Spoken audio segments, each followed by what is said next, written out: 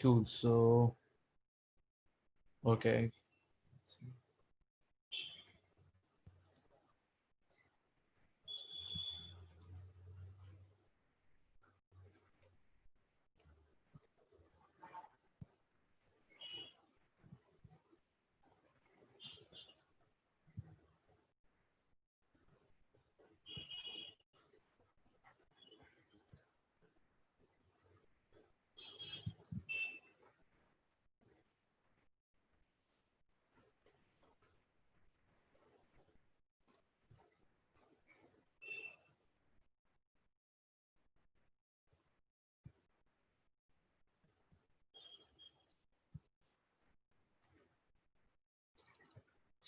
Yes, Tanmay, you can just drop an email showing your interest that you want to conduct a TOEFL session at your college.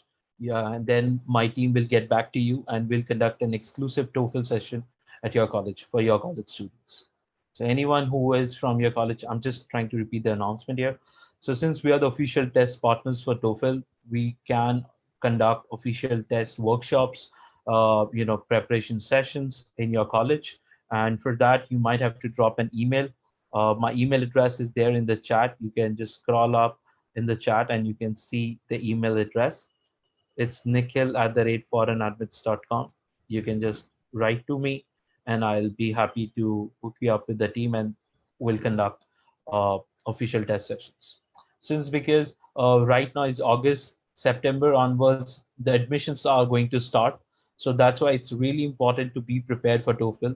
For the people who are aiming for Ivy Leagues and the top universities, this is the right time to start preparing for TOEFL. Okay, and that's where you can get more and more insights. And trust me, there's a lot of universities, even in the top universities, they just require only TOEFL score, no GRE, no GMAT for your top admissions in B schools, in masters in sciences, masters in arts or philosophy. You don't need apart from TOEFL any other scores. So, and in a way, TOEFL also helps you to prepare for your study abroad experiences. The kind of pattern that you will be learning in that, it's also very insightful.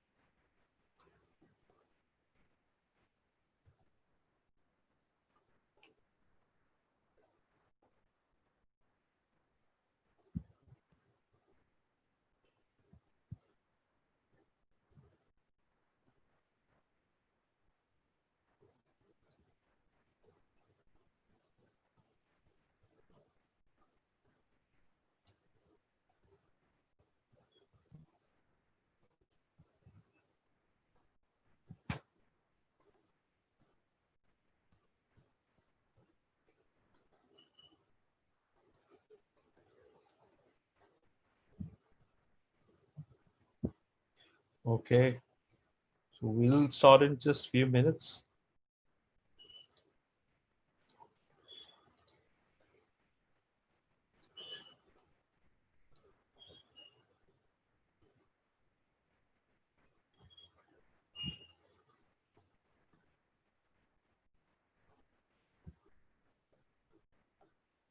Shweta, have you joined?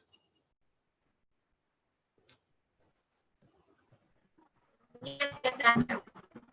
Okay, great. So Shweta, can you show the video?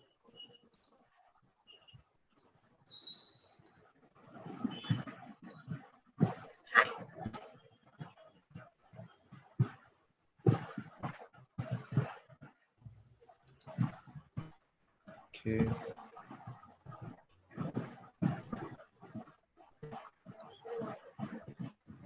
Mm.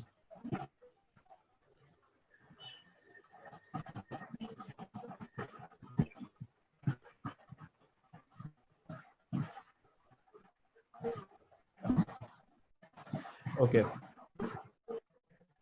so let's start the webinar. So, guys, hi, I'm Nikhil Jain. I run a startup called Foreign Admits. In this particular venture, what we are essentially trying to do is help students who are not aware about higher education, the benefits of higher education, and how to go abroad, by connecting them to the top university graduates and alumni for a one-to-one guidance. Okay. The reason with why we started it, when I was starting for my higher education, I had no one to guide me, because of which I ended up doing some of the bad choices, some of the good choices. And the same problem I see with a lot of Indian students and even international students who are going to study abroad in a foreign country. And they've had very limited information or understanding about how to choose a country, what kind of test preps that you need to have, how to plan for your loan, how to plan for your scholarships. Okay. And none of these are being easily told by any of the consultants out there in the market. What we usually see is the consulting model. They are more focused on sending you to a regular partnered college, then helping you get your scholarship, then helping you to get into a top university. So the whole entire study abroad experience gets diminished for a lot of students who go abroad, get a university, but don't get a job. So those are the things. As international students, we felt it's our responsibility to start something on a peer mentorship model. That's where we started. Now we are also working on a lot of AI based tools which will help you to evaluate your career skills, to evaluate your fitness towards different scholarships. So those are the things that you can easily find on foreignadmits.com. Okay. And then we'll also going to talk about the test prep. That's the current agenda of this particular webinar. We'll be talking about TOEFL IBT as a test prep solution, how TOEFL is going to help you, what are the things that you need to look into TOEFL.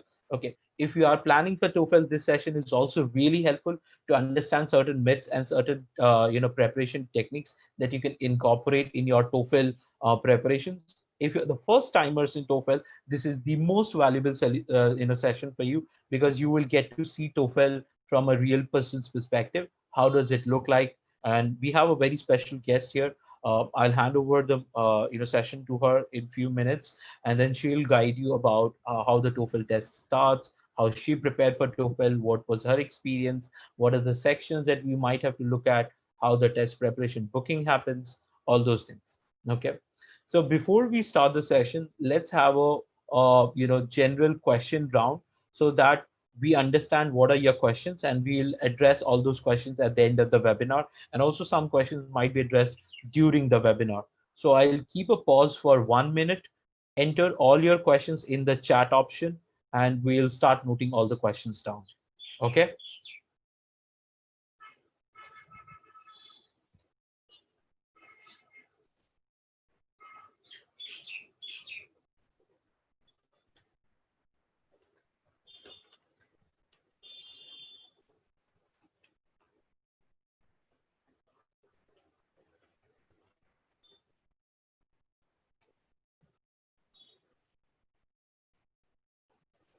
Okay. Good question, Sanchit.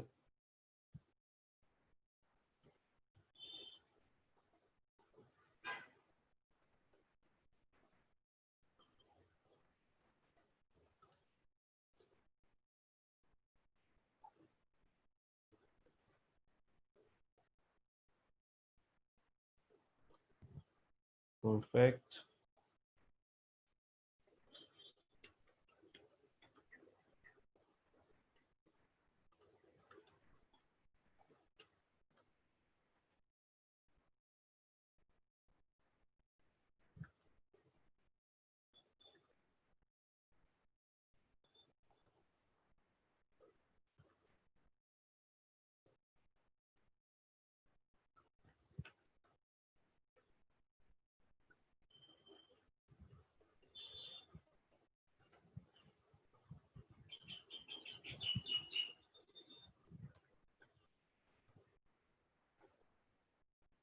Mhm.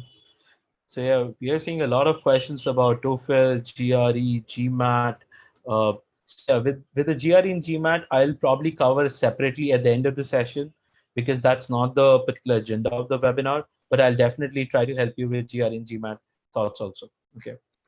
But let's stick to TOEFL because English test prep is the basic exam that you may need for any of the top universities, Stanford to Harvard to Oxford to Caltech to any universities. English test prep is the basic exam. Okay.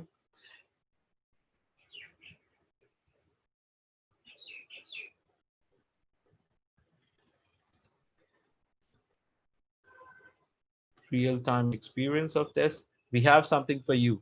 If you are planning to give TOEFL, IBT, or home edition, and you want to get an experience of how the tests look like, that is one of the absolute free giveaways to most of the attendees of this webinar today. You get it. Just wait for the end. Yeah, we'll definitely cover a little bit about IELTS, how IELTS is also a decent exam. The TOEFL holds a little bit of upper hand somewhere in IELTS, and that's something is not known to a lot of people. Yes, the mock test will have evaluations. You will get real test scores, but for the mock test.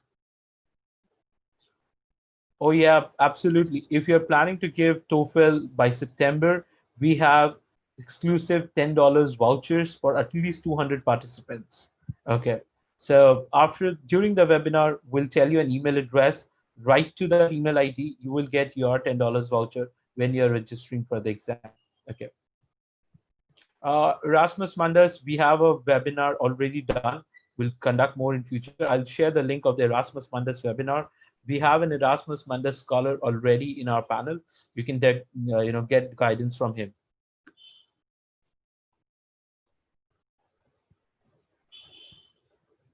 Okay, so let's start off the session.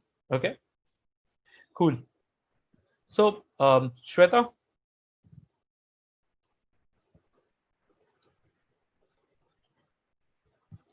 hello.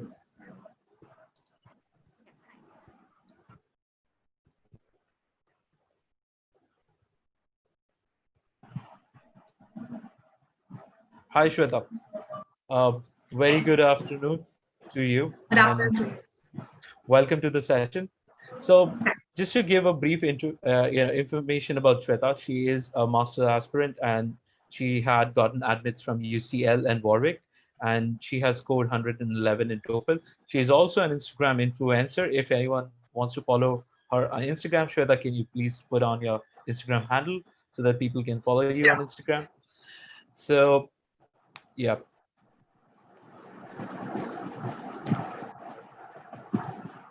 perfect. Great. So let's start off the session with tell us about a little bit about yourself, how the journey went, from you as an Indian student now to an aspiring international student. How was the test prep choices were there? How did you plan for TOEFL? And then what was the experience? Okay. Hi everyone, I'm Shweta Chaudhary. I'm a content creator and a blogger. So as Nikhil said, I scored a 111 on TOEFL, and I'm just being honest. I always thought I'll go for MS, right? But then I got into I pursued fashion blogging. So I got exposed to the entire marketing, digital marketing, and social marketing scenario. Then it interested me more. So I thought of rather pursuing an MS abroad. I thought of pursuing a MIM, that's Masters in Management. So what do you need for that? I built my entire profile in terms of blogging and social media marketing, and then I gave my TOEFL and my GRE. I gave in December 2018. I remember, and so basically, I'm just being honest. I prepared for GRE more, and TOEFL was mostly, years of reading books and binging TV shows and movies. So your English knowledge just grows more and more. I mean, and if you talk you have this real life talk with your parents, with your family, with your friends, if you talk in English more. And I've always been keen on elocution. And since I'm a social media person, I tend to talk in English most of the times. So yeah, and my prep, I would say for GRE, my preparation was for around 4 months. And you know what? TOEFL, it actually, the GRE prep covers your TOEFL prep. So I just practiced tests for a week or so for TOEFL. I'm just being honest. So yeah, I just became habituated with the entire process, like all the sections and all the questions. I mean, it's a bit different, right, for TOEFL. And I was also keen because I did not know what to appear, TOEFL or IELTS. Since I really wanted to study in UK. I just applied in UK universities. I got into Warwick, Cass, and Manchester. And so yeah, it's most basically, I'll just say that why can't we talk about GRE? I think they have a different session, and this entire session is about TOEFL only. So yeah, should we start? Should I tell them everything about TOEFL? Yes, absolutely. I'm even excited to know a little bit about TOEFL because, yeah, scoring 111 is no joke. So definitely a lot to learn. I'm just being honest. It's mostly my score is mostly because of I read a lot of books. I read a lot like magazines, books. I've always been an avid reader. So yeah, let's start. I'm sharing the screen. Just please let me know. Can you? I can't share my screen though. Uh, Now you Hi, can. Nikhil. Now you can. Okay. Yeah.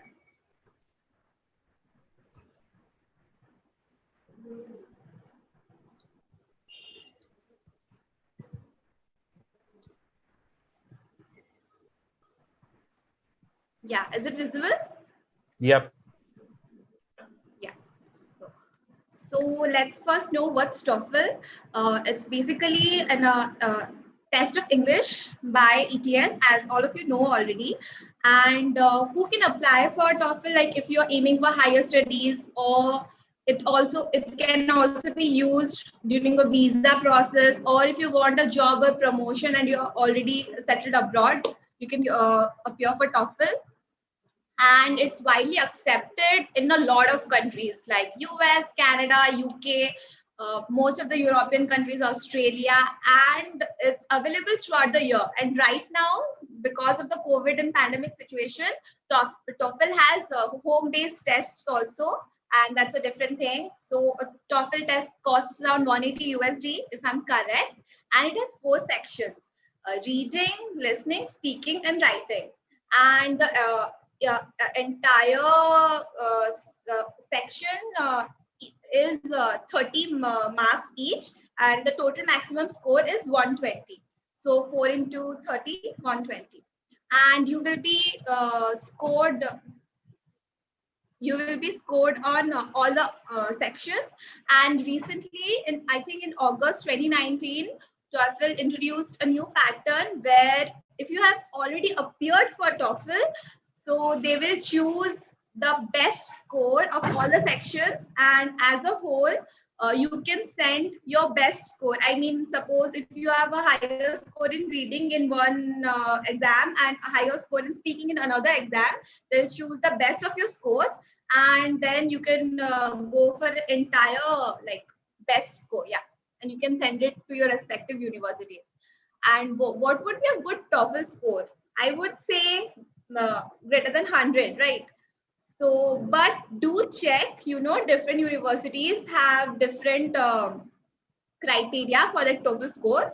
So do check upon the universities you want to appear for and want to apply. So do check the scores and prepare accordingly. So yeah, and it's valid for 2 years. Like I gave my TOEFL in December 2018, so it will expire in December 2020, and it the official scores appear like after a week. Like it takes almost a week, and you'll get a mail notification. And so yeah, by TOEFL, like I said, if you want to go for higher studies, since we are from India, we are not a typical English speaking country, so we need to appear for the English language test. And yeah, So let's go for TOEFL 101. So we have 4 sections: reading, listening, speaking, and writing. So let's cover, the exam pattern and like the variety of questions that appears and everything. So reading. Okay.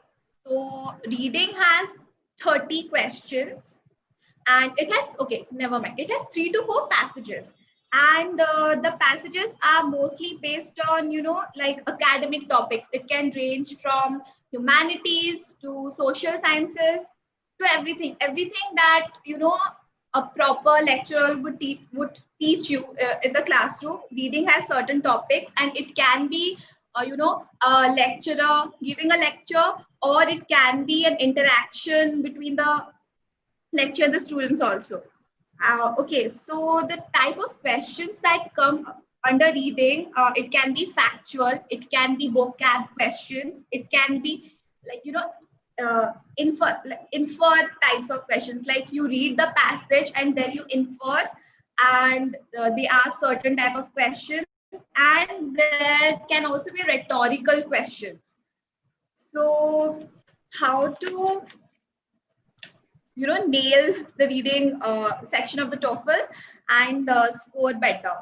There are 3 types of approach to solve a reading passage.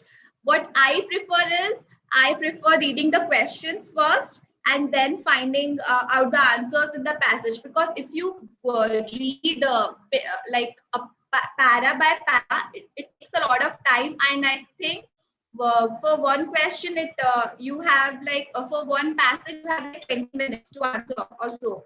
So it can be quite difficult if you read para by para, unless you are an avid reader and you read fast. But I would suggest, reading the questions first and then finding out the answers in the para itself and summarizing it. Also, one of the main things that you need to learn is, you must have learned this GRE flashcards. So you should also have a TOEFL academic word list. I think foreign admits must have that entire word list, and you can find it also on the ETS website. So another tip for the reading section would be, you should skim the passages for the main important ideas, rather than, like wasting a lot of time reading every word by word. You should skim the passages and find out the main ideas. And how to do that? By practicing more and more. This is one of the sections that you need to practice more and more and give a lot of tests to do better. So the next section would be listening. Sure. I just have a question. Should I cover bit by bit right now of the different sections, or should I just tell you more about TOEFL? Yeah. I think we should cover every sections here, so that participants would have an idea about individual sections, and then in the Q&A we can talk more about the holistics also later on. Sure. And then the listening section. So for the listening section, there's basically, conversations about opinions, or like student life problems or problem solving, and then would be academic lectures. That's the kind of topics that appears in the listening section. So what my tips would be, like, you should pay attention to the intonation, and and you should always take notes. I mean, yeah, that's just like the basic thing to do. But by taking notes, you should keep certain things in mind. Like, you should paraphrase and then infer the meaning. Like, just suppose I'm saying blah blah blah, but don't while taking notes, don't write blah blah blah. Rather, infer what you understand and write those important points. It would be really helpful for you while listening if you can make a flow chart. Suppose because while they were whatever you hear, it would be mostly conversations between it would be a lecture scenario. So you can make a flow chart, like from this happened, and from that happened. In that case, when you see the questions later on, you can easily, infer and understand. And another thing would be practicing and knowing what kind of questions mostly appear in TOEFL. Like there are certain kind of questions. I'll go to the next slide and I'll explain properly. But yeah, so what are the points that I said? You should paraphrase. You should infer the meaning. You should make a flow chart. And yeah, that's all you need to do while taking notes. And then comes the speaking section. So for the speaking section, it's basically scored based on your ability to read or listen and pronounce your words, and also your grammar skills. And yeah, a lot. I think the least I scored was in speaking section because I couldn't conclude. Whatever I was saying, I couldn't conclude it properly. So you need to manage time properly, because they would give you 60 seconds to give your answer. So what you should do, you should summarize the lecture or the convocation, or there would be, a report about other people's opinions. These are the type of question that comes when it's the listening section. Okay, so the first question, it would be, a general question about your opinion. Like they would ask you something, like real life scenario and what's your opinion on it. And then there are the second and third tasks, where you would read a short text and listen to a lecture simultaneously. It would be a passage on the screen and you would be listening to it simultaneously. And for the task 2, it would be basically recording of students. Like I remember on my test, it was like there was a notice board and they were talking about a certain society or a club. And the task 3 would be a professor's real life lecture. And for the fourth task, like there are four tasks in the speaking section. So for the fourth task, you would be just listening and there would be no texts to read.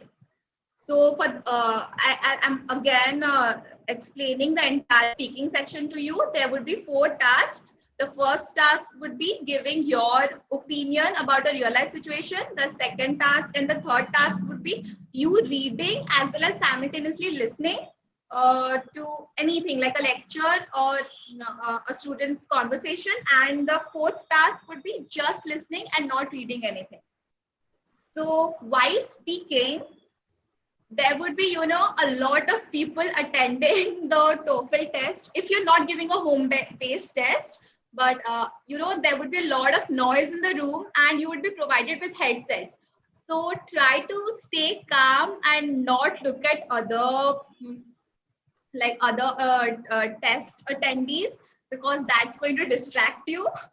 I'm just speaking from my experience because it did distract me, and you need to stay calm. Okay, so they would be asking you something, right? Like in a proper words, like here's a scenario for you, and this is a conversation between students. Like I said, it's a no. There you need to put up a poster on the notice board. You should not plagiarize whatever the exact words while speaking, or even in the listening section. You should not plagiarize the exact words. You should, like suppose it's in active voice, you should tell it in passive voice or something, like indirect speech. So, and my tips would be speak efficiently, not quickly. Like you don't have to speak rapidly, but your words, your pronunciation, it should be clear. It should be very clear, and do not speak in a robot voice, like make sure you're speaking in a natural conversational manner, like suppose I'm talking to you right now in that way, and include transitional words or phrases like, moreover, besides, stuff like that. You should include that while you're speaking, and have a template, like by template I mean, like you should speak about the topic, give your opinion, and then in the brief you should give some examples, like mm, that supports your opinion, and then you should conclude. That should be your entire, template for the speaking section. And then comes writing. So writing has two tasks. One would be, like you have to write, listen to a lecture, and then summarize it and write about it. And the second would be an independent writing topic. There are two writing topics. One is integrated and the other one is independent. So for the independent, there would be a topic and you would have to write your opinion about it. And the integrated part, you have to listen to a lecture, note down the points, and then write an essay.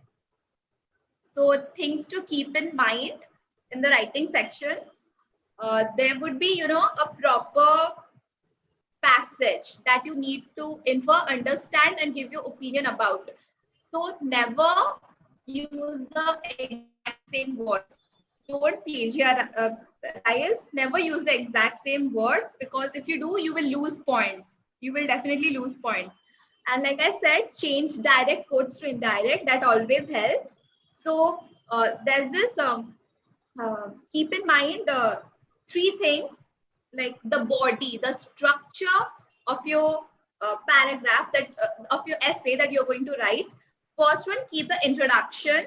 Under introduction, there should be your general statement, like your topic and your opinion about it. If you are for or if you're against, like your argument. And the second would be your body. You should state reasons.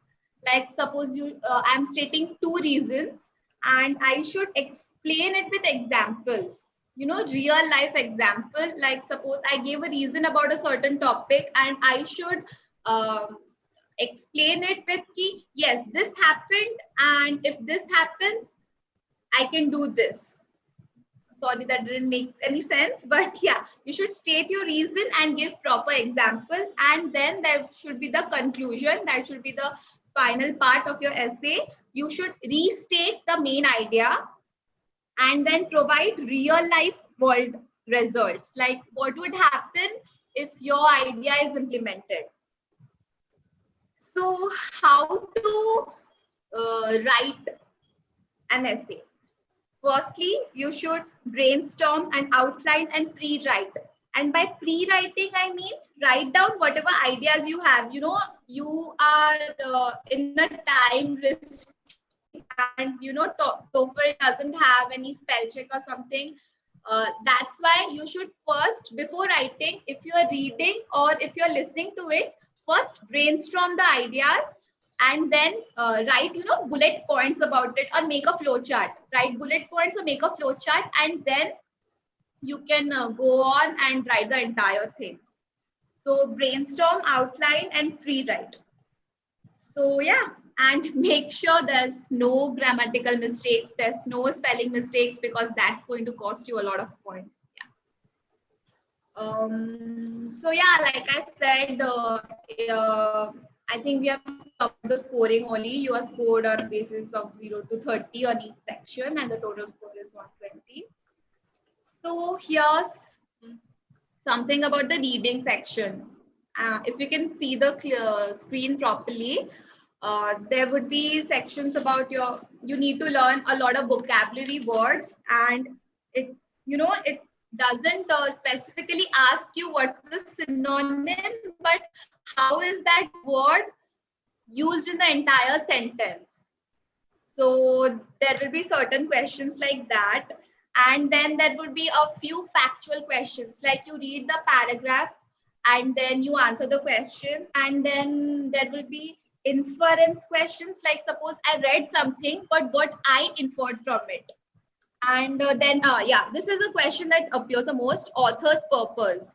Like, if you go through a lot of, samples, like TOEFL exam samples, you would see these type of questions that I've mentioned here.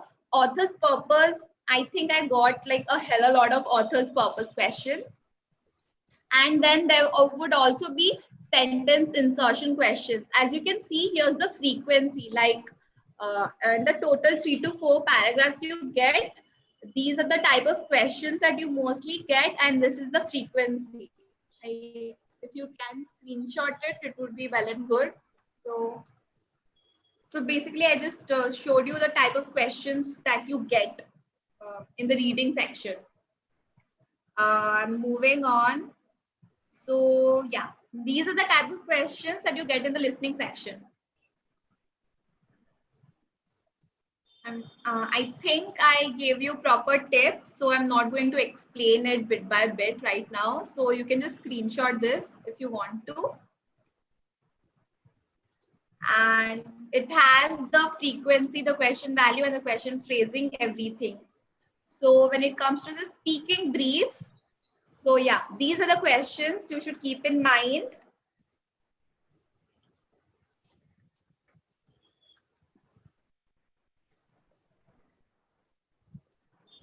And this is for the writing brief.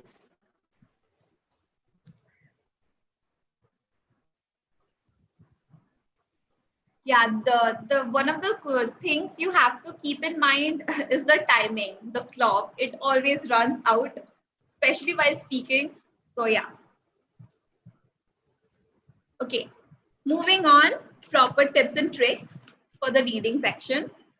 If you have any questions about the sections or the type of questions, please mention in the chat box. I'll look into it after the slideshow. So yeah, the first thing is memorize the question types. How do you do that? By practicing and practicing, because like there's a pattern to the question types. I mean, obviously it's different for everyone, but there's this pattern, like I said like I mentioned in the previous briefs, there's always this pattern, and you can memorize that. And okay, main thing, practice reading with a timer. How can you improve your reading skills? By reading books, and there would be these like the New Yorker or New York Times. Try to read, it's available on Google. Try to read those. And I have this technique.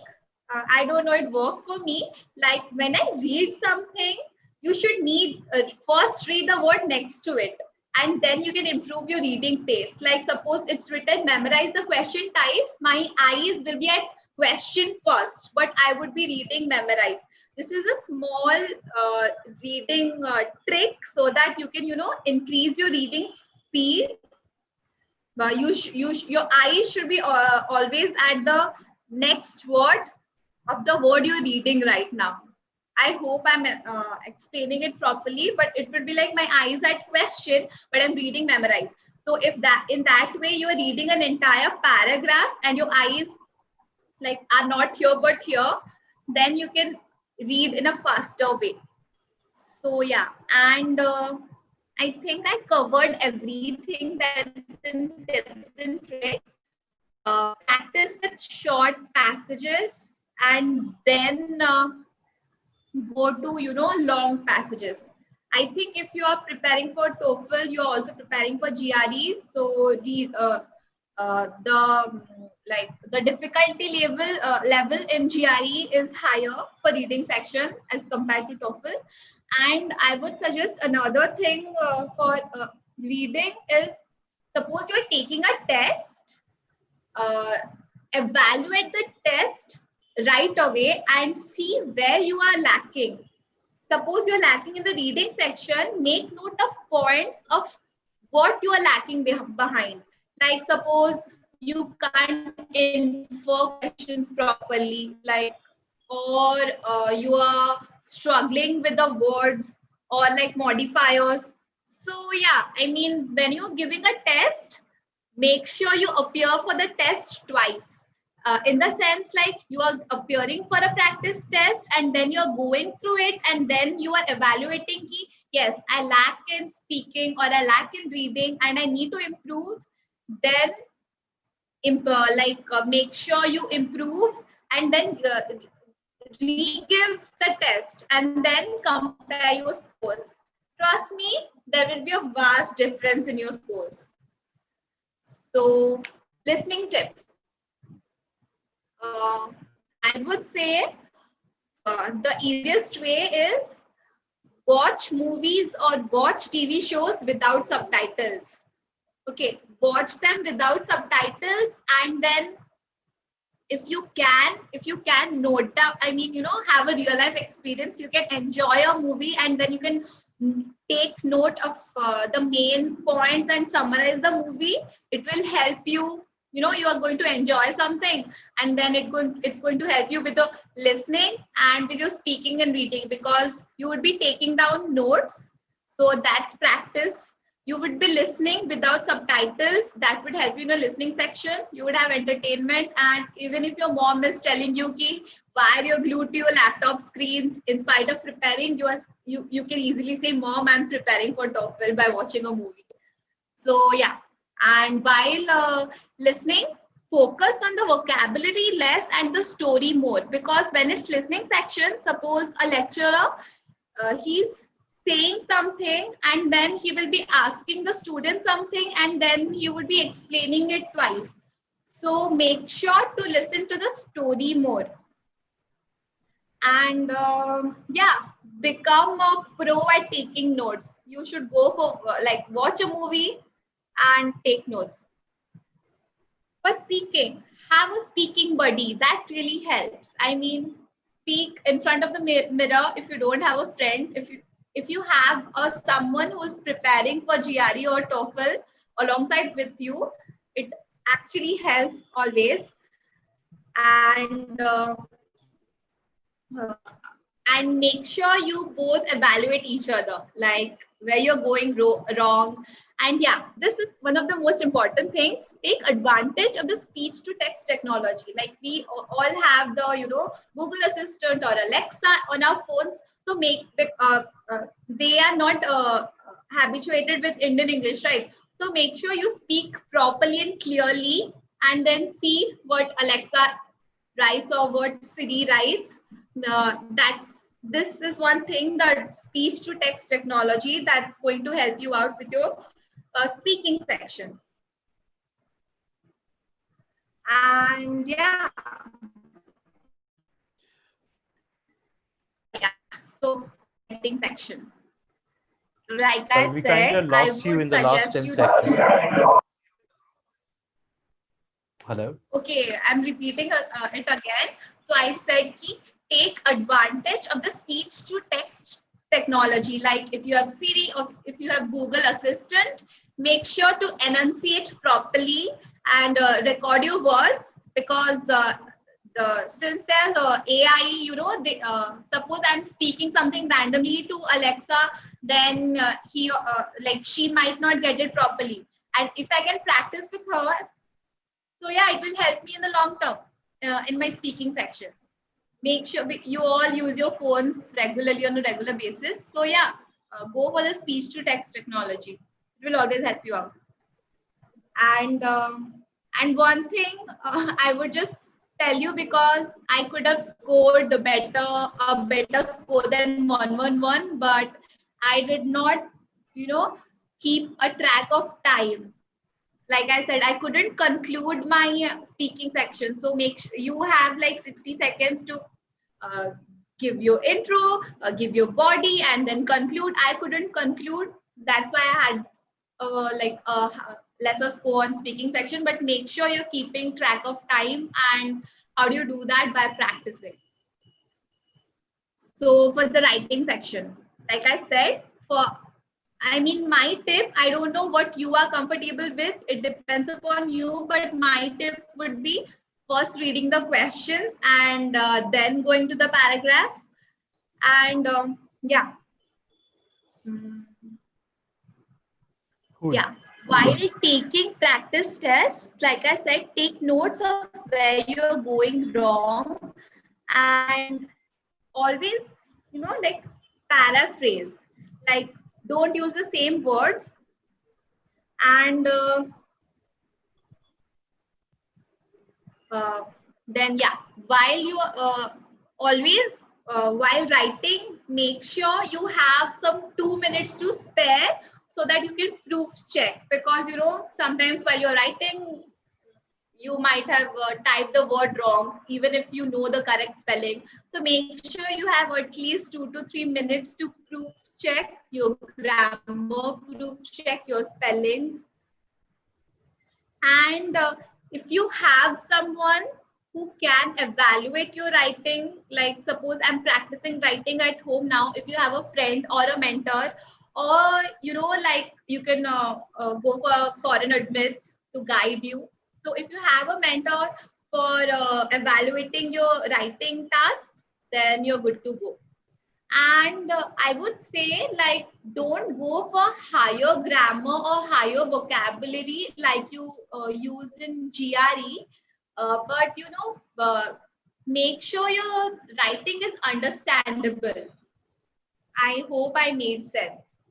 Like, suppose don't use high-end words like Shashi Tharoor does, but keep it minimal, because TOEFL is like, a basic English language test. So yeah.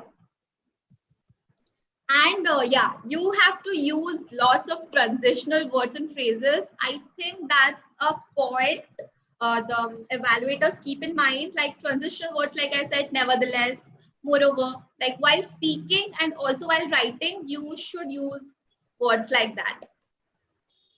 And I'm going to again summarize the tips for writing. Like I said, your body should be, you should have an introduction, and like you should specify the main idea and give your opinion about it. The second body would be, you should state the reason for or against whatever it is, and then give real life examples. I can't stress upon the importance of giving examples and backing up your opinion on the idea. And the third would be concluding, basically restating whatever you said.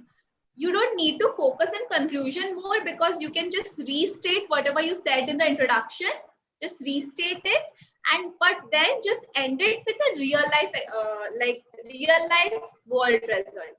Yeah. And so this is how you score. Like on reading section, your score would be like, suppose I think I was at advanced on every level. It was like higher than 24 to 30. So yeah, I guess I covered it right now. Yeah. If you have any questions. Sure. So I think let's get to the chat mode. Okay, there are a bunch of questions. Okay. Okay, I just want to finally give a summary of tips that I used. Perfect.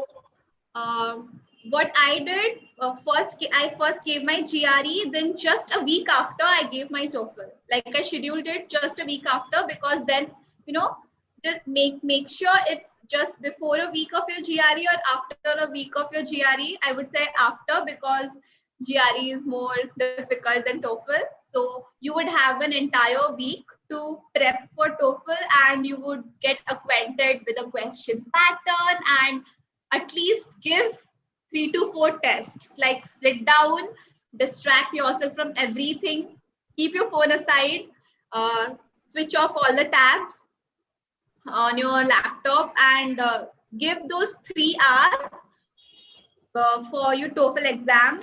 And while you're speaking, enunciate properly. And what you can do is talk in English. I mean, you might be giving TOEFL in the next few months or the next year, but try to talk in English all the time. Read books, read newspapers, and while speaking, in the speaking section, don't take pauses. Or we Indians have this thing, we keep saying don't ever say while in the speaking section. It always cut leads to mark cutoff. Like do like I said, don't do that. You can rather use certain words that require pauses. You can speak in that manner rather than using, or even if you made a mistake, don't say sorry, I'll restart. Don't say stuff like that in the speaking section. Always keep in check of the timer. Never panic. Never panic, because there would be if you're, I mean, right now you can give TOEFL home tests, and I think you have to download Proctor. I actually don't have much idea about it since I gave it 2 years back already. But yeah, I think Nikhil would be able to answer about the TOEFL home edition tests more. But yeah, if you, I would just tell you the real life scenario, like when you're appearing for the tests, there would be a lot of people, and suppose when you are listening, someone else is appearing for the speaking test. So he or she is speaking right next to you, but you are listening. So try to, focus properly, and don't worry about whatever, whoever else is, if they are ahead of you or they are not, just focus on your work. So Absolutely. I think yeah, Shweta covered pretty much everything here. Okay. So I'll have certain tips again, as Shweta said, about if anyone is speaking and you are listening, how to avoid that. Okay. To do that, the best solution is the TOEFL Home Edition uh, version right now. You will be giving your TOEFL test at your home so that no one's going to speak while you are listening and no one's going to listen while you're speaking. So that solves at least the basic problem that you have. Okay. Talking about the books, probably there are some set of books that Shweta may have read during the process, and a couple of newspaper we would also recommend. The New York Times. I was a big fan of Hindu. Hindu is also really good if you are reading the editorials. They are really difficult though, but it's good practice for your GRE also and for your TOEFL also to start reading Hindu editorials. Okay, the starter, the basic thing that you can start off with is the Hindustan Times editorial, but try to prefer US newspaper or UK based newspaper, because the kind of words, the kind of language flow they have, you're already trying to getting adjusted to that. Okay, so let's get to a little bit of the questions here. So if someone wants to pursue, okay, how much does the TOEFL score guarantee admission in a foreign university? Okay, Shweta, do you want to answer that? I didn't hear the question properly. Can you please repeat? How much does the TOEFL score guarantee admissions in a foreign university? Okay, so it actually depends upon the universities and the countries. Like I applied for studying in UK. So in UK, most of the universities just need your TOEFL or IELTS score. They don't need GRE or GMAT. A lot of universities. I mean, if I want to, can I speak something about studying in UK? Yeah, absolutely. Yeah. People love. So I just tell you some, basic advantages of studying in UK. The first thing, right now you have a 2 year stay back option. Like whenever we go to study abroad, we don't have that, placement scenario like we have here in India. Rather, we have career fairs, or it's all due to networking. So even if you don't get a job right away in the next 3 months of graduating, you have the option of staying back 2 years. So yeah, they won't take your visa away. And UK is right now one of the hottest destinations to study. Wait, I have written down a few points about studying in UK. I just mentioned. So yeah, okay. One of the main things is it's a shorter duration of course. Like it's mostly a year or 1.5 years hardly. Everything that I think all the courses, even if it's MS or even if it's MIM, it's or any other courses, it's mostly a year while you're studying in UK. So that leads to lesser tuition fees, reduced tuition fees, as always, also reduced living costs. And if you're living in London, it might be it might be higher living costs, but if you are like living in like Warwick or Coventry, it will living costs will be less. And then UK, your the degrees, it's recognized worldwide. Suppose if you're reading in a certain country, you have to work in certain country because those degrees might not be applicable to other countries. But if you have a degree from a US or a UK university, you can apply for a job anywhere in the world. So yeah, like I said, I think the shorter course, uh, it Yeah. actually was attractive for me. So yeah. And like the first question, to answer the first question, I think TOEFL, it also works with Germany, right? Uh, Yes. you don't TOEFL need has to a apply wider for GRE. applicability. Yeah. Exactly. So yeah, you can just give your TOEFL, and you don't need to give your GRE or GMAT, and you can apply to universities. Okay. So again, talking a little bit more about TOEFL here. So TOEFL is applicable worldwide. There's a misconception that TOEFL is only applicable for US. So let me break it down officially from the official test takers. TOEFL is applicable in UK, US, even in Canada, Australia, New Zealand, Germany, Spain, France, and a bunch of other European countries. Okay, and even in Asia and Singapore. Okay, so TOEFL is accepted and applicable in UK. Also in the visa process, TOEFL also helps. Only in the Canada, when you are applying for an SDS process, the TOEFL doesn't apply. But in the regular visa process in Canada, for all the international students, TOEFL scores are also counted. So in a way, TOEFL is widely applicable, but it's just that many students are not aware of it, and it's just the things that once you read more about it from the official test partners, you get to know more about it. Yeah, but now is the time of a giveaway. The first giveaway that I'm going to give you, just focus in your chat.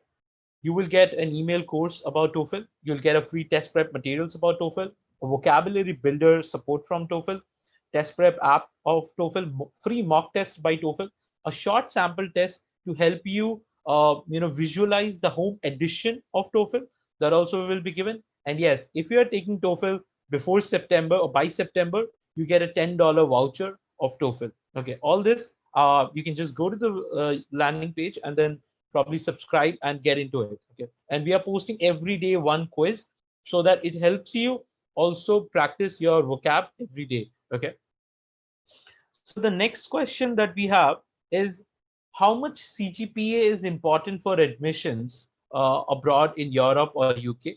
And is TOEFL score also given a preference? Let's suppose you have a lower CGPA. The TOEFL score can help you in that sense or not? So I would say your CGPA actually matters. You need to have 80%. Like if you convert for good universities, you need to have 80% of score. Like whatever, however you convert it. And I would say from my experience, I applied in 4 universities. I got rejected from Imperial because they have this thing. They need a 8.5 CGPA for non-IITians. But if you're an IITian, you can go with 8 CGPA, 8 or higher. I had 8.4, so I did not read it properly. That's why I got rejected from Imperial. But yeah, I got into the other universities. It really matters. And even if you have a lower CGPA, like 7.5 or above, if you have a good, TOEFL score or a GRE score, and mostly if you have a good SOP, stating it, you can also state why do you have a, some universities also ask you for essays. I don't think they ask for in MS, but for MBA or MIM they do ask that for essays. You can definitely answer why do you have a lower CGPA. You can say, like you were involved in other extracurriculars, that's why you couldn't completely focus on a certain SEM, and they also look at, suppose you have a lower SGPA in term one, in semester one, but if your CGPA is increasing SEM by SEM, then that's a bonus for you. Yeah. Absolutely. So we have another question, and again, it's one of the most widely asked question: is IELTS versus TOEFL? How do one decide between when to give IELTS or why to go for TOEFL? Okay, so one of the major points is TOEFL is actually centers, like to give centers. It was available worldwide, and IELTS it's not, right. Mhm. Yep. Hello. Yeah. Yep. Yeah, and actually, I think you should answer it properly because I did not do that much research while preparing for Okay. TOEFL. Definitely. I'll try to help you out. The number one thing currently about the home edition, TOEFL home edition is far more robust. Suppose your internet gets lost or your laptop hanged, you don't have a lot of support from the other test prep partners. Whereas in TOEFL, Proctor you basically takes care of those scenarios also. So if suppose your internet hanged and you kind of lost the time, you can probably take a pause or probably help you reschedule the test in the worst case scenarios. So those are the things that you get at least in the home edition better.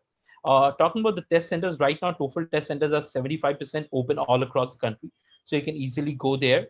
And TOEFL is more towards the MCQ based level questions that you will be getting right now, so you can have a better test preparation experience. Overall, the English preparations, it's predominantly similar. There's not much of a big difference, but the acceptance and applicability is something that you may have to look into, where TOEFL is widely applicable than compared to IELTS. Can you suggest some best countries for MS? I mean, it's a very broad question. You might have to put in your fields, because for computer science, for mechanical, for engineering subjects, or for brand management, management subjects, the countries definitely vary. I come from Australia. I've graduated, did my PhD in Australia from Monash University, one of the top-notch universities in Australia.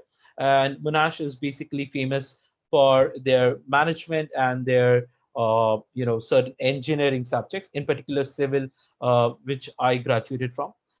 When we are looking at the top colleges for computer science or engineering in UK, there are a bunch of colleges. Like starting from Imperial is one of the great colleges. Warwick is also famous. We have Liverpool, we have Manchester, then we have a bunch of colleges in Scotland. So that you can definitely do a little bit of research of what college is going to fit in for you, because a lot of students who have a budget constraint, they would move away from London to a little bit more of a niche place. Or else if you don't have budget constraints and you want to get into the best of the best, then you have London Business School kind of colleges for management and all. What's the And best also countries? would like to Yeah. add another point. It also depends upon what you want. Like suppose if you want to go for English speaking countries, then you don't need to learn another language. Suppose if you're going to France or you're going to Germany, learning A1 level German, it would be an advantage. Suppose you want to read in Germany, if you have a certificate that you have this they have levels of German or French. So yeah, if you want to learn German, then you should apply for a German university. It also matters, I think. Yeah. Yeah. Absolutely.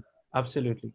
So, okay, the questions have started flowing in. We'll start one by one and we'll quickly answer this. So, MS for electronics, Germany number one. I would say that because it's more of an engineering focused country, you get to learn a lot. Then comes Sweden, Australia, US also has a great exposure. US degrees in US and UK kind of are globally acceptable. In Australia, you get a better advantage of getting more easier Australian jobs, which are still more available compared to US. The competition is still low there in US. Okay. Has TOEFL also become tough like GRE? I would not say so. TOEFL is far easier than GRE. Just like Shweta mentioned, if you are preparing for GRE, a TOEFL is kind of covered in your preparation plan. Okay.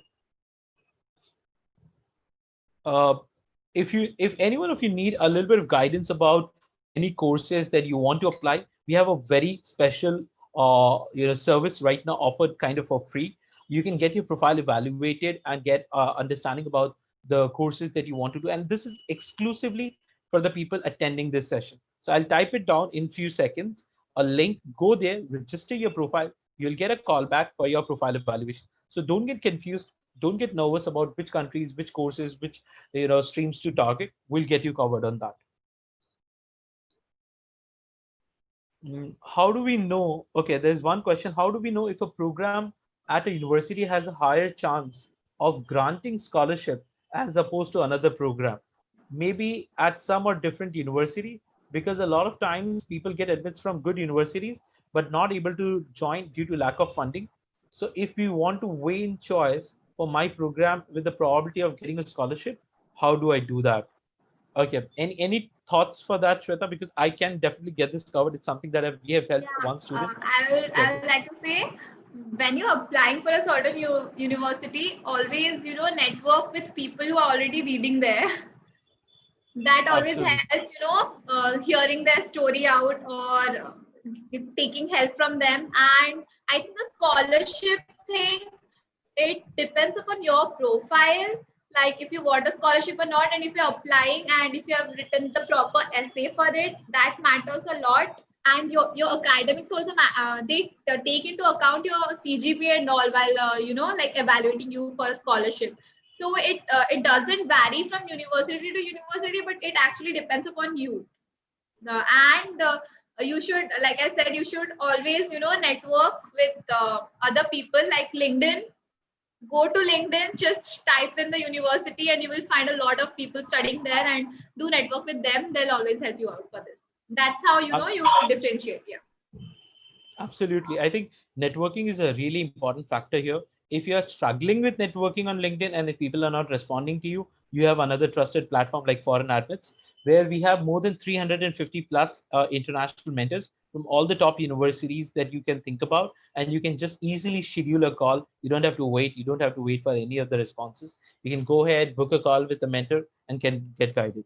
Talking about scholarship, there is one interesting scholarship that Foreign Admits has launched for all the aspirants despite your college scholarship. So let's say you are securing a $5,000 or $10,000 of college scholarship, you will still get an exclusive $500 to $1,000 of scholarship from Foreign Admits. Okay, so that particular thing we have just shared it in the link in the chat. Go there, register for a call, get your get your university application supported guidance, and then you are good to go for the scholarship. That's an exclusive scholarship and only by Foreign Admits. Okay. The next thing that we are talking about is mm, about the situation of getting jobs in UK right now after pandemic. Okay, let me bring you a little bit of insights here. When we're talking about pandemic, it's kind of on the getting over stage. UK universities are also opening in the next year about face-to-face and hybrid model. The jobs are definitely in manufacturing sector a little low, but in software sector, in IT sector, and in domains like education and healthcare or finance, it's booming like crazy. Okay, so you have a great advantage of going to UK and utilizing those 2 years of work visa, like postgraduate study visa, and get a better job. Okay, so you can easily get a job in UK. The only tip I'll give you for the UK job is networking. Have a little bit of networking done in prior. The moment you land in a foreign country, networking is the first thing that you should start off with.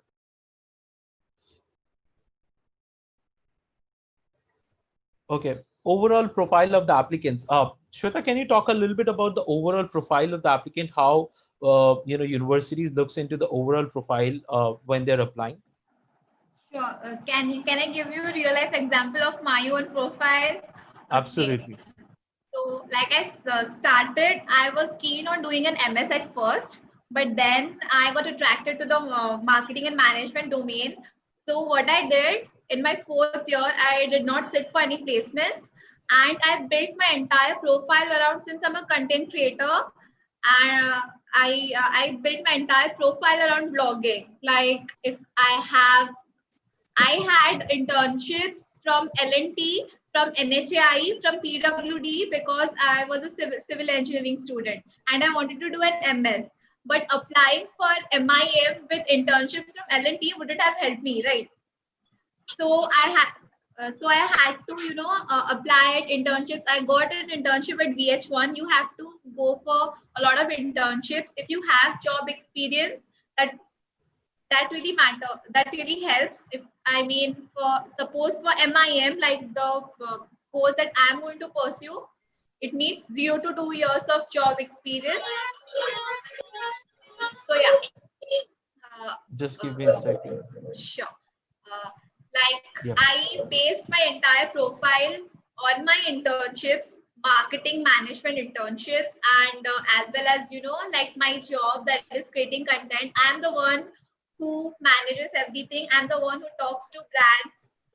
So yeah, and I based my a major part of my SOP on my profile.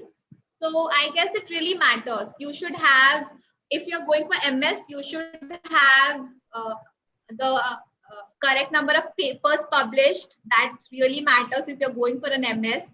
You should have research experience if you're going for MS. And so yeah, that's how you build your overall profile, right? If you're going for MS, it should be, you should have research papers done, you should have internships done from good companies or good IITs or NITs in your like course.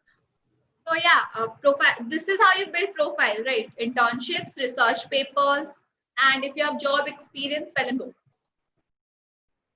Perfect. A little bit idea about I'll give you, because I was a full funded scholar while I was doing my PhD. Profile building is a multiple step process, and don't think that profile building happens in the last 3 months of your study abroad planning. Okay, if you are planning for study abroad, have a profile built over the period of time. Usually, a good student starts profile building from second year if they are in a 4 year course, or in at least first year end if they are in a 3 year course. Okay, because if you want to get land up into the top universities with funding, you need to have an alignment in your profile that you are doing respective things in which what you want to go ahead with. So let's say I wanted to get into petroleum and mining. I wanted to shift it from mining to petroleum. So I did my extra research into petroleum. I did a couple of more internships into petroleum in industry and academia at different other IITs, and then I eventually landed up publishing one of the paper in petroleum also. So these are the things, and I was not a very high scoring student. I was a 7.41 pointer student, okay, which is like an average in IITs, okay. And despite that, I landed up with 3 full funded PhD programs, okay. And then again, searching for a program is also time taking. If you're doing everything by yourself, you need to spend a lot of time on Google. You need to spend a lot of time in networking, finding out a right fit program for you, because I've seen a lot of students who are joining PhD at least, they leave in the middle because they didn't land up in the right fit program. And for MS also, I've seen a lot of students are now starting to take dropouts because they somehow got into a not a fit program and they kind of regretted doing it. So don't land up in such a situation. Do a little bit of more research before going to any particular program, and talk to their alums, talk to their current students, talk to the admission officers, have a little bit of more clarity, and you have all the rights to do so. Don't be scared about it. Okay, when you get to know more about the program, it helps you to also build confidence how you can achieve it. And also, don't compare yourself that someone got into London Business School and you might be going to Warwick. Okay, so both are good programs, both are good universities also, both have good programs. It all depends how you and your profile shape out from that university. Okay, to just give you a quick example, one of our students have got into the number one mining engineering university in the world, and the number 11th mining engineering university in the world. Okay. He got into the number 11 because he was getting good funding, and he's right now well placed with at least $120,000 of job in US. So it all depends. Versus he was going for number one, there was no scholarship and almost 1 crores of loan. Okay. So that's something you have to always weight your options. Sometimes a not so like top university would also give you a really really good result, and you have to focus on the ROI of it. If your ROI is kind of balancing and you kind of are confident, then go ahead with the topmost ones with a little limited scholarship based on your profile. And next, you can always target other universities. So I will share. I think I've shared about the Erasmus Mundus scholars video. He's again an average profile, got full funding of Erasmus Mundus, very reputed scholarship. There are a bunch of scholarship like Chevening. And talking about, I think one of the student has asked that how do you plan for full funding? If you don't get full funding, how do you go ahead? There was one of my friend who is right now a mentor at Foreign Habits. She waited 3 years to get Chevening or any Erasmus Mundus scholarship. She got all the 3 times admits from Oxford, London Business School, LSE, and Public Health. But in the third year, she got Chevening scholarship. Now she's going to. So you can always wait. If your finances are not supporting, it's not good to even go for a top university because your finances in the end would be biting you, at the back. So you can always wait for that. But If your finances are somewhere supporting and you can still manage a loan, go for it, because a lot of students who go with the loans, your first year or second year of the job, you can easily pay off your entire education expense. Like you So said, you how should always look into the ROI of the university, like how much you're paying and how much, like, the average package you're getting, so that you can easily pay off in the 2 to 3 years. And also another thing I would like to add, you can go to Udemy or Coursera and do some course pass certifications. I think that also adds to your profile, course certifications. Coursera course, they matter. Yeah.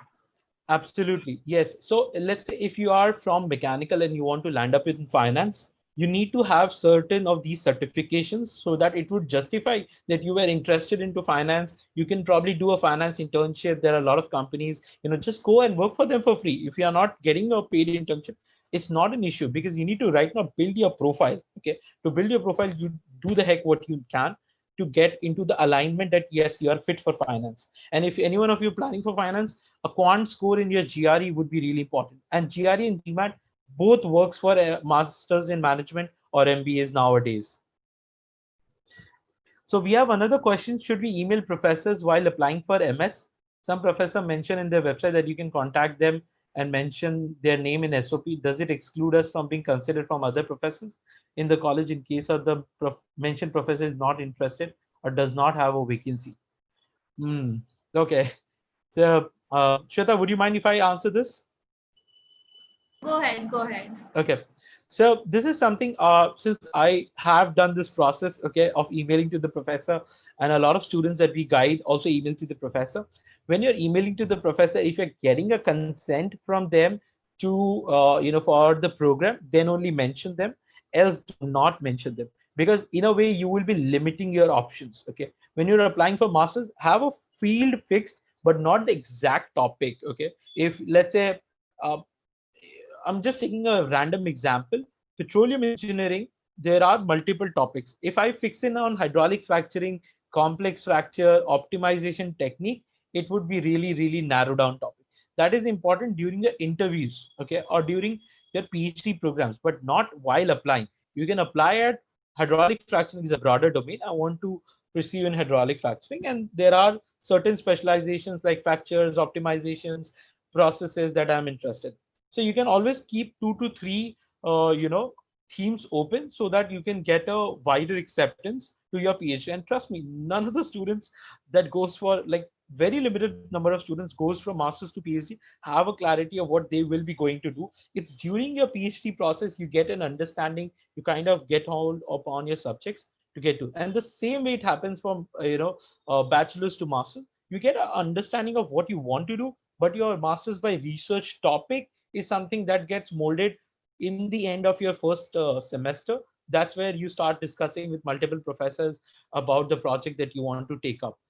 And doing masters by research is usually good if you are planning for a research based roles in future, or else if you want to get a better work visa.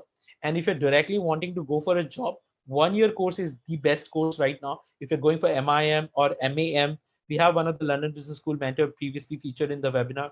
Probably if you can go to the YouTube and check out foreign admits, you can see MAM mentor's webinar where she took a 1 year course in London Business School, and the ROI is immensely great. Okay, so those are the things that you can look into it.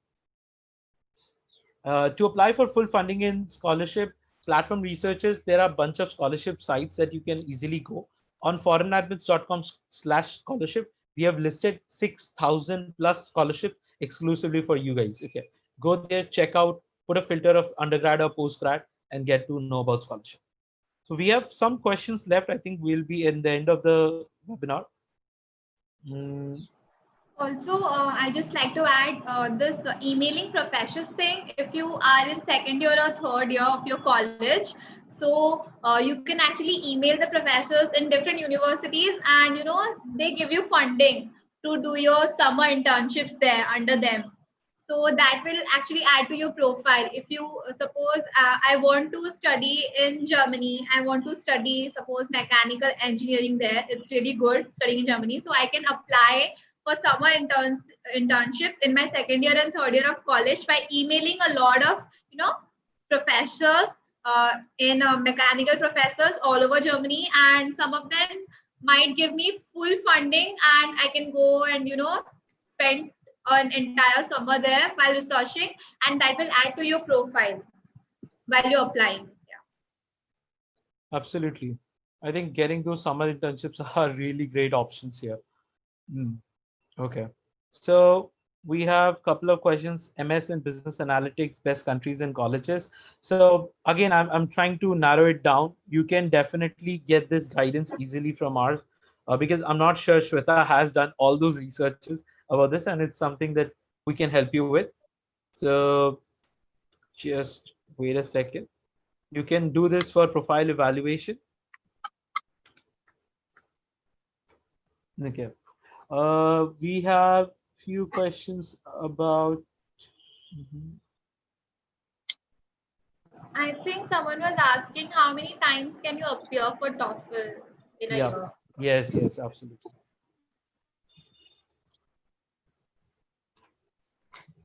So, do you have any thoughts about appearing for TOEFL? I think you can appear it a lot of times in a year, but there's this gap.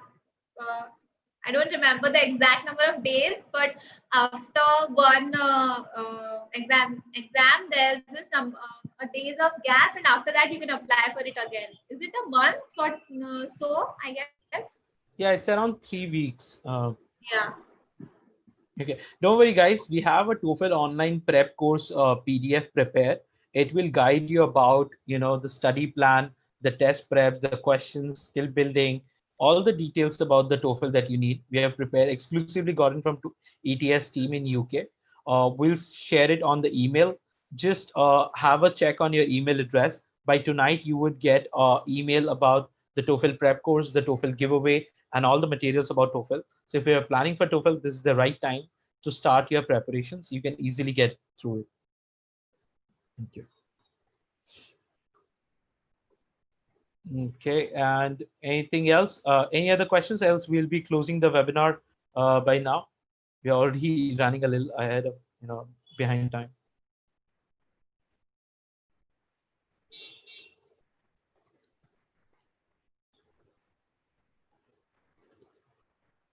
Okay, how much time is required to prepare GRE, GMAT, TOEFL to achieve a good score? Shweta, any thoughts on that? I would say if you really want to nail it, 5 to 6 months, 4 to 5 months is a proper time to prepare for your GRE and GMAT. And like I said, your TOEFL preparation comes under your GRE or GMAT preparation. It always does. You just need to get acquainted with the pattern of TOEFL in a week or so. But the prep would already come under the GMAT or GRE preparation. And I think 4 to 5 months is perfect, provided you make a proper time schedule, and like give proper tests. One of the things I would tell you is give proper tests. If you're giving GRE, sit for the even the argument essays, write it, and then give the 3 hour test, because I remember my GRE experience. I did not sit for a lot of practice tests with the argument essays, because my time was at 5:30 in the evening. So after writing an hour of essay, and it ended at 9, so I was really tired and I was really grumpy. I mean, it also depends upon your mood, because GRE is this adaptive test. If if you're getting easier questions in the second half, it means you screwed up in the first half. So, so yeah, it also develops. So make sure also, when you're appearing for a test, it should be in the morning, or whenever you would be at your proper state of mind. So make sure to check that also. Yeah. Absolutely. I think the temperament is really important, and that's something you can try and practice with more mock tests and see what timing suits you, and have a consistency in those timings. Something that I think I'll share a little bit about my IIT JEE exams. So in IIT JEE, we have 3 plus 3, hours of exam, and we are trained for that. Those 6 hours, our mind is most active. We should not be feeling sleepy. and what kind of food are you having in the morning. All those things do matter, because exam temperament is something that is not taught, but you can definitely train yourself in the whole process. Okay. So, okay, so giveaway time, the final giveaway of this session. I'm posting all the links. Do check it right away. I'll not be posting after this, and the webinar might be ending right now. Okay, so here goes all the final giveaways that we talked about: the scholarship, the TOEFL, the free mentorship call, the college-specific scholarship supports, and the discounted plans that we have. Okay, and then I'm sharing you where you can see this video again. We have a bunch of videos and a lot of webinars coming up aligned. So if you are subscribed to a foreign admins blog, just go ahead to blog.foreignadmins.com, subscribe to it, so you can get invite to all the closed webinars. Trust me, this is again one of the closed webinars. We have more than 280 registrations only, and then out of this, a bunch of you guys got the admins. So yeah, you will not be able to copy the message. Probably what you can do, you can visit to this post on LinkedIn, and from there you can get all the information again and again. So yeah, that brings to the end of the webinar. So Shweta, a big thank you, from the EDS TOEFL team, from Foreign Admits, for taking our time and doing this session. We really are, really thankful to your time and guidance. And probably in future, you can also register on foreignadmins.com/mentors to guide more and more students who are interested to, go to UK and get some guidance or tips from you. Thank you, Shweta. Thank you so much for having me here. Thank you, people.